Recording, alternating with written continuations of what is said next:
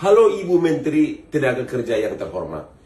Perkenankan nama saya Dr. Hotman Paris yang sudah bekerja 36 tahun sebagai pengacara khususnya dalam bisnis internasional.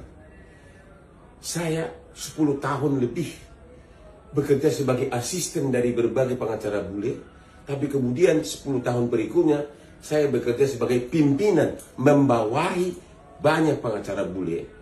Dan selama puluhan tahun saya berpartner dengan Dr. Nono Anwar Makarim, doktor hukum dari Harvard Law School yang adalah bapaknya Nadiem Makarim, Menteri Pendidikan kita. Dan kemudian saya bertahun-tahun bekerja sebagai lawyer di kantor pengacara terbesar di Australia, Sydney, yang jumlah pengacaranya 700 orang. Inti pokoknya adalah, Ibu Menteri, dalam membuat peraturan harus dipikirkan nalar abstraksi hukum dan keadilan. Coba renungkan, si buruh, si pekerja yang bekerja 10 tahun,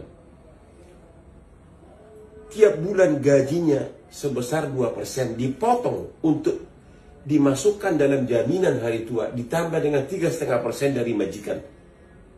10 tahun lebih uang itu masuk dalam jaminan hari tua, dan itu adalah uang dia. Tiba-tiba dia misalnya di PHK pada umur 32. Dengan peraturan Ibu Menteri Tenaga Kerja, maka dia tidak bisa mencairkan jaminan hari tua tersebut, karena menurut peraturan Ibu hanya bisa diambil pada umur 56.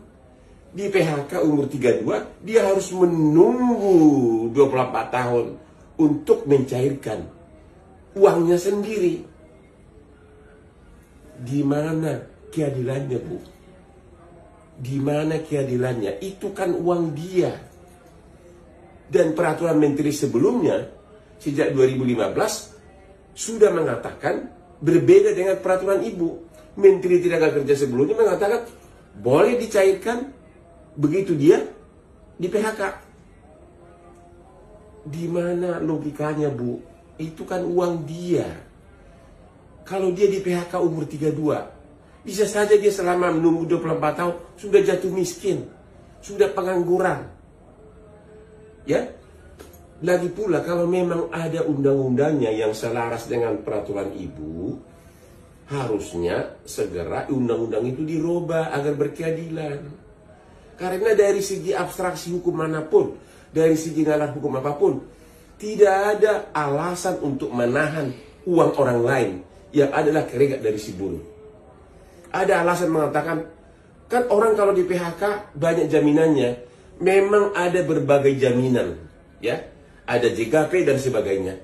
Tapi berapa bulan sih uang itu cukup untuk membiayai hidup dan keluarganya? Terlepas daripada alasan apapun, karena itu adalah uang dia. Nggak ada alasan apapun untuk menahan uang tersebut. Apalagi misalnya sampai menahan puluhan tahun. Memang benar uang itu diinvestasikan oleh BPJS untuk berbagai investasi. Tapi ingat, Bu, kalau sudah puluhan tahun, Ibu jangan lupa.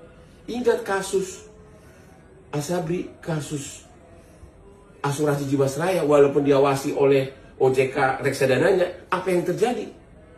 Dan itu uang siapa yang kemudian dimainkan oleh Jiwasraya di pasar modal, dan akhirnya hilang itu semua uang. Tolong hati-hati, Bu. Sekali lagi, ini adalah uang dari si buruh tersebut, uang dari si pegawai tersebut. Ya, benar-benar tidak ada alasan untuk menahan puluhan tahun. Salam Hotman Paris.